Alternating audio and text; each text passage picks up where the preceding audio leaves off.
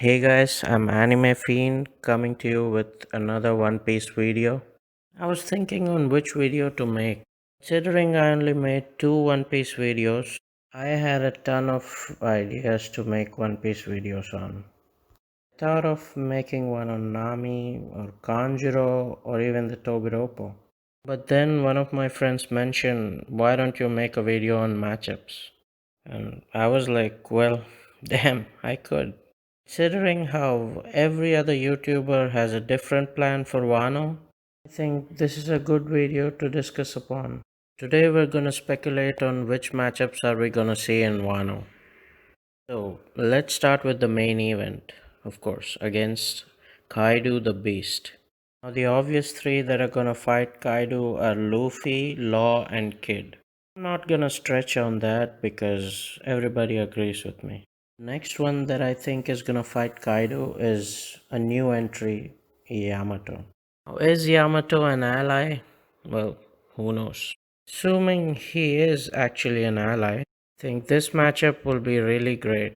Seeing how Big Mom has no problems in beating the shit out of her children, would it be the same with Kaido? I think this matchup would be a great way to explore Kaido's character. The next two people to fight Kaido are, I think, Zoro and Killer. Why these two? Aren't they gonna fight the first commander or something? Well, I'll explain why. With Zoro, we obviously have the dragon killing sword and yada yada. I think it's even deeper than that. It all connects to why Oda made Kaido the strongest creature alive. Oh well, did I open a can of worms saying that Kaido is the strongest Yonko? Defy the laws of Lord D. Shanks? That's a topic for another day. Coming back to the topic, why did Oda make Kaido this immovable wall standing in front of the new generation, stopping them from getting into a new era? I think Kaido is gonna be the same as rocks. Just like how taking down rocks brought forth a new era of the new generation, I think bringing down Kaido would do the same. And who better to represent the new era other than the supernova of the worst generation? I say supernova of the worst generation because I don't think Blackbeard, and I hope not that Blackbeard comes to Wano. Saying that, I think Drake, Hawkins, and even Appo are gonna join the fight against Kaido. Don't be surprised if somehow Uruk and Beej also join them. Now, the last person I think that's gonna fight Kaido is Marco the Phoenix. And I thought that was obvious, but apparently I'm in the minority. Everyone wants to see Marco versus King. And I'm not gonna lie, that would certainly be cool. But seeing how Marco is the strongest, or at least top three after Luffy, Kid, I think he should fight Kaido. But it can go a different way, where he and whoever else he brought from the Whitebeard crew could be there to stop Big Mom and her forces. Now, I'm not gonna speculate a lot on Big Mom's side of the fight because, well, it's Kaido's time to shine. Now, let's get to the next match, King the Wildfire.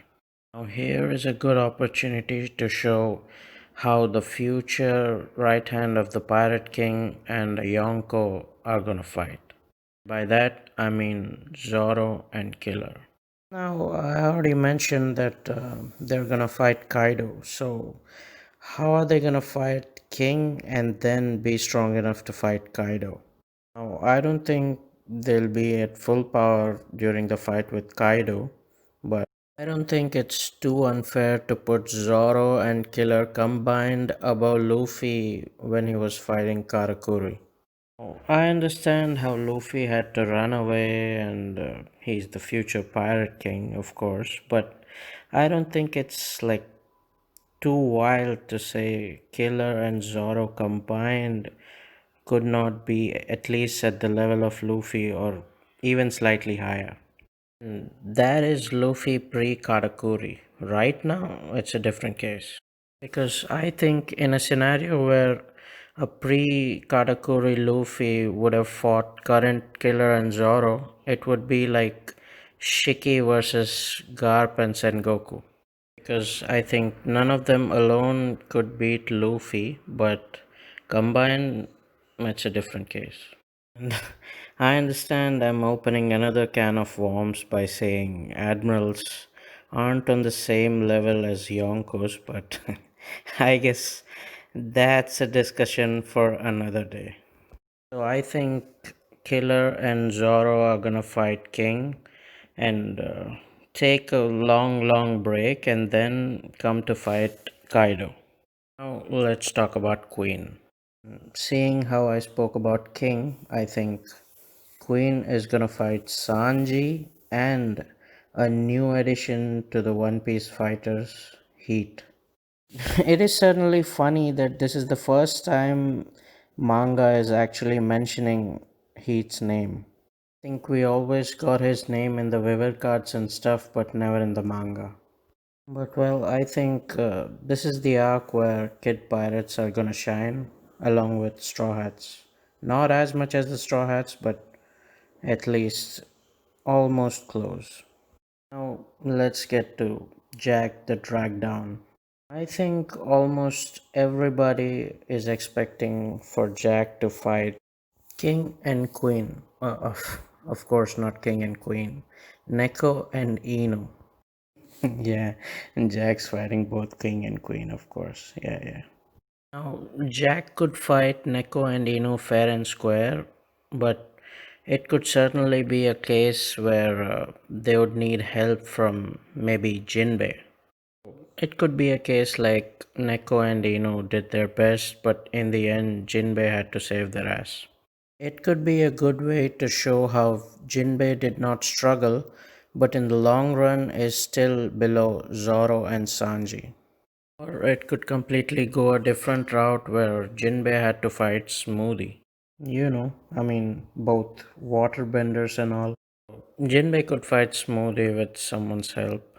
So, leaving aside the waterbending stuff, I think the next fight is a fight where I don't think a lot of YouTubers even spoke about this character, and I think he is certainly important, and that is the Commander Snack. I think he was shown alongside Big Mom entering Wano. I think Snack is a good opportunity to showcase the two really strong but underappreciated Straw Hats, Brooke and Frankie. I think Brooke and Frankie would finally get the respect they deserve unless unless Oda throws us a curveball and it's actually Usopp and Frankie and not Brooke.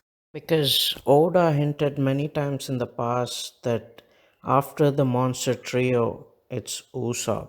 Of course, not in strength, but definitely in portrayal. So, if Oda wants to make Usopp the fourth or even the third commander of the Straw Hats, this would be the perfect arc to showcase that. Now, coming to the Flying Six.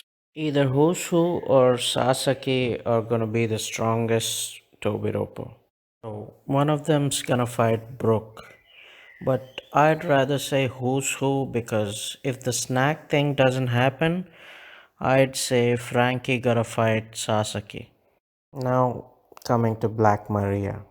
Now at this point I don't think there's anybody more perfect than Robin to fight Black Maria. Robin can make big clones of herself. Who doesn't want to watch two big sexy women fight? And coming to Ulti, I think she gives us headstrong and dumb kind of vibes. Kind that headbutts first and thinks later. Who better to fight against her other than the cunning and smart Nami? Well, I guess we covered all the straw hats, so, well, let's get going. Yeah, poor old Chopper. He can get page one. Maybe. Well, all jokes aside, I think we covered everything. And getting to the scabbards, I think they're either gonna be on the Orochi side of the things or they're gonna just be support. Nothing major. The only thing I could speculate for sure is maybe Kanjuro versus Kinemon. And if Orochi is actually strong, then maybe Orochi versus Denjiro. Well, that's all I have to say for today. This video was certainly fun for me. I hope it's fun for you too. So, like, share, subscribe. I would appreciate that a lot. And until next time, peace.